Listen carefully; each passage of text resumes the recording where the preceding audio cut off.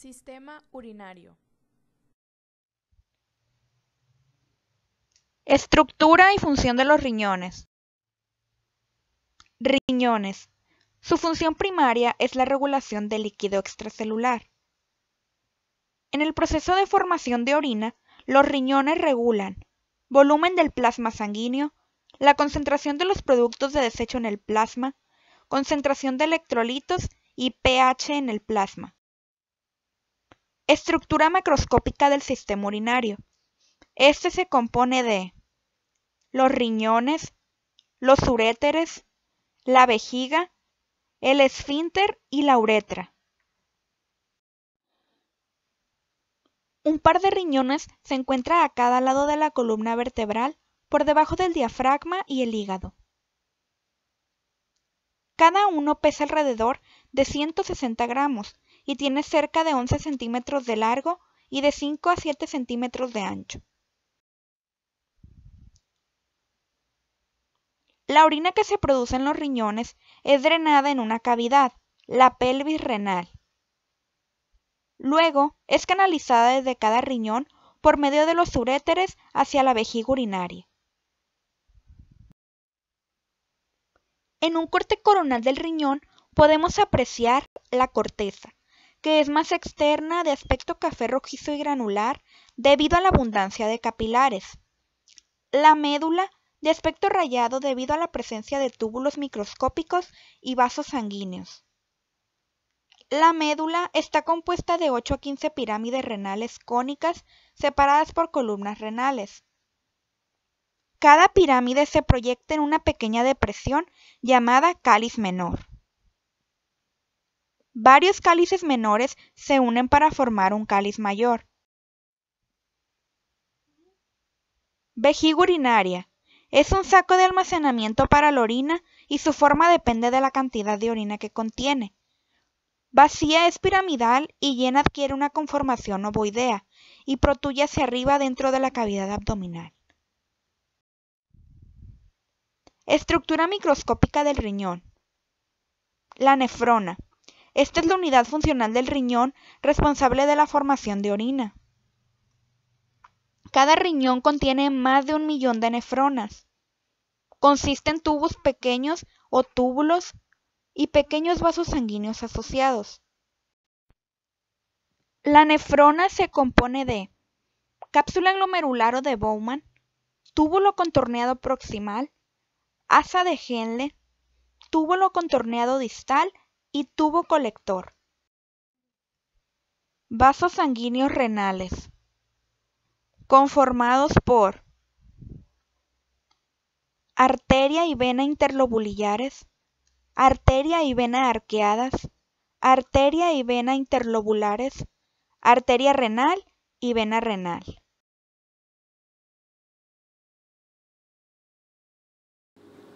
Filtración glomerular. Entre las principales funciones que se realizan en el riñón para contribuir a mantener el equilibrio del organismo es sin duda la filtración glomerular. Grandes cantidades de ultrafiltrado libre de proteínas son elaborados diariamente en los glomérulos. El ultrafiltrado glomerular, que en el ser humano representa el 180 litros al día, corresponde a un volumen 4 veces mayor al volumen hídrico total del organismo.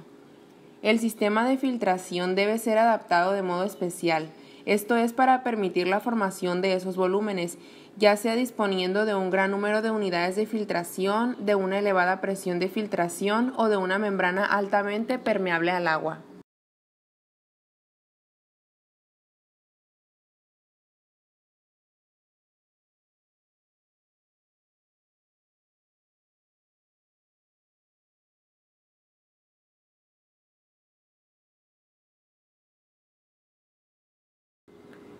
El volumen de filtración glomerular va a estar determinado por una parte por la diferencia entre una presión hidrostática y coloidosmótica transcapilares y por otra parte por el coeficiente de ultrafiltración. La presión hidrostática transcapilar es la diferencia entre la presión hidrostática en el interior del capilar glomerular y la que existe en el espacio de Bowman, diferencia que favorece el proceso de filtración glomerular. Además de esto, la presión coloidosmótica transcapilar es la diferencia que existe entre la presión coloidosmótica del capilar glomerular menos la presión coloidosmótica que existe en el espacio de Bowman, diferencia que tiende a oponerse a la filtración glomerular en este caso.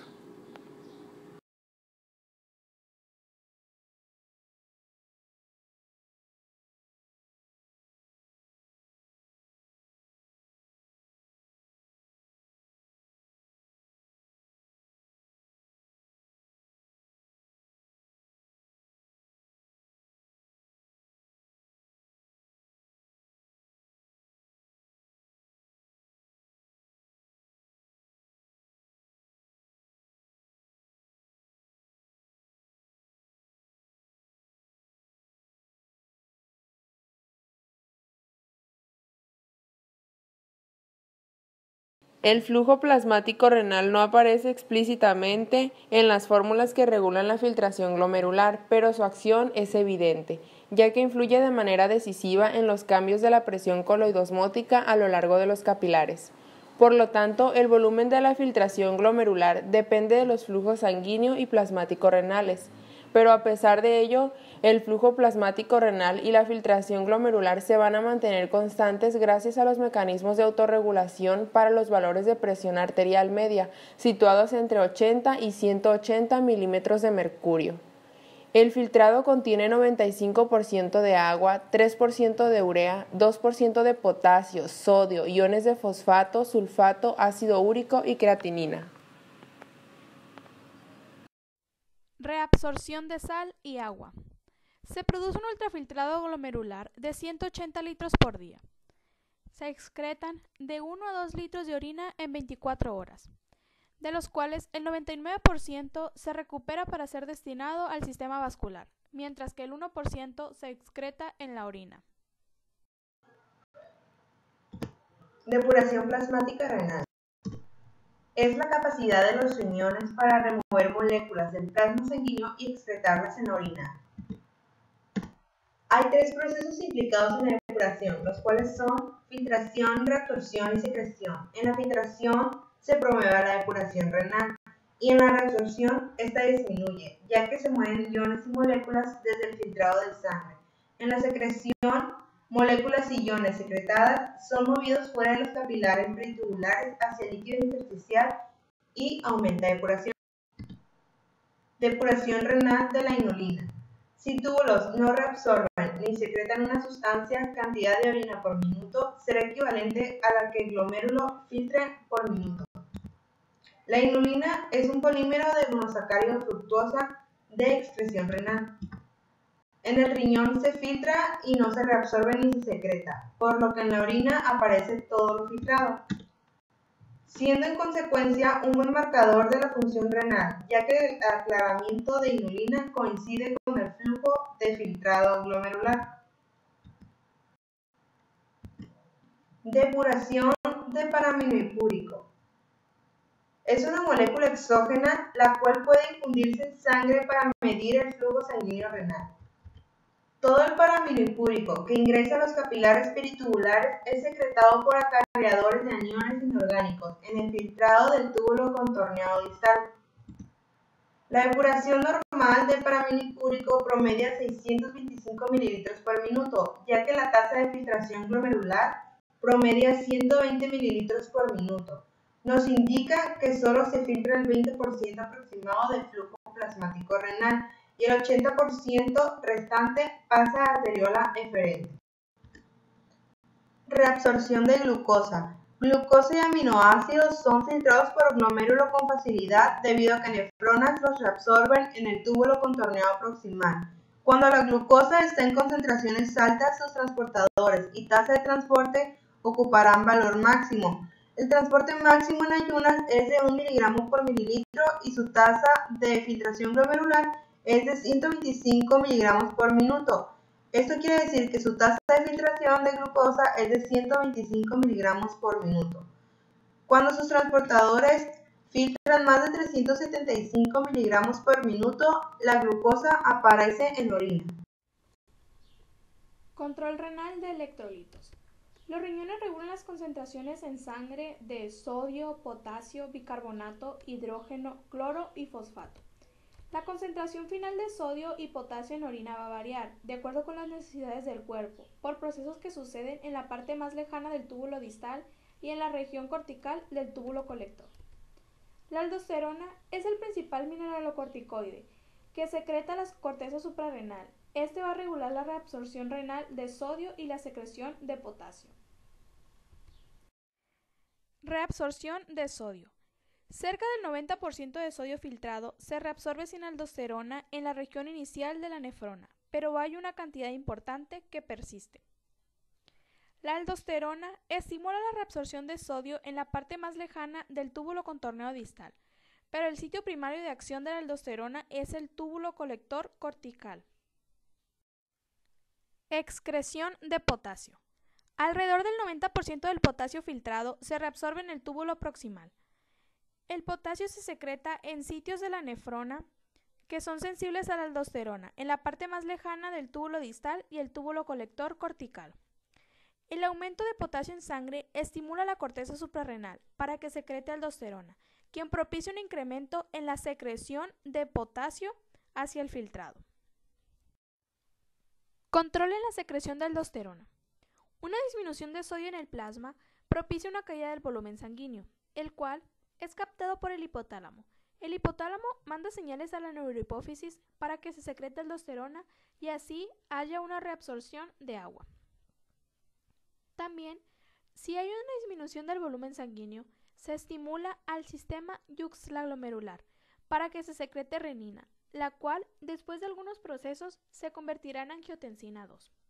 Esto aumentará la secreción de aldosterona, lo que también aumentará la absorción de sodio. Interrelación entre sodio, potasio e hidrógeno. Cuando existe un aumento de hidrógeno extracelular, este se introduce a las células y en su lugar se excreta potasio. Por lo tanto, al haber un descenso de hidrógeno y un aumento de potasio en el líquido extracelular, el pH se regula. Regulación del pH. En la acidosis existe un aumento de hidrógeno, lo que reduce el potasio infiltrado y aumenta el hidrógeno excretado. La acidosis es compensada por la elevación del potasio en sangre. En la alcalosis existe una disminución del hidrógeno compensado por un aumento de potasio filtrado, lo que reduce el potasio filtrado y aumenta el hidrógeno excretado. Mecanismo de micción.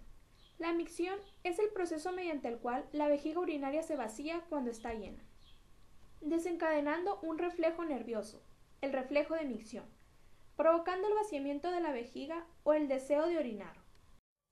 La inervación principal de la vejiga proviene de los nervios pelvianos, que se conectan con la médula espinal a través del plexo sacro, en sus ramas S2, S3. Intervienen las fibras motoras esqueléticas del nervio pudendo hasta el esfínter vesical externo, controlando voluntariamente este esfínter. Recibe inervación simpática a través de los nervios hipogástricos. Cuando no hay orina, la presión intravesical es de 0. Cuando la orina excede el volumen de 200 a 400 milímetros, provoca un aumento de la presión. Conforme se sigue llenando la vejiga, la médula envía impulsos inhibitorios por el nervio hipogástrico al músculo detrusor para bloquear su contracción anticipada y lograr el llenado de la vejiga. Cuando la vejiga se estira lo suficiente, se estimula el reflejo de vaciamiento, activando los nervios parasimpáticos, actuando sobre el músculo detrusor para que se contraiga. La inhibición de las neuronas simpáticas hace que se relaje el esfínter uretral interno, dando una sensación de urgencia para orinar. Una vez que el reflejo miccional es muy fuerte, el nervio pudendo se inhibe y se relaja el esfínter uretral externo, permitiendo así la micción.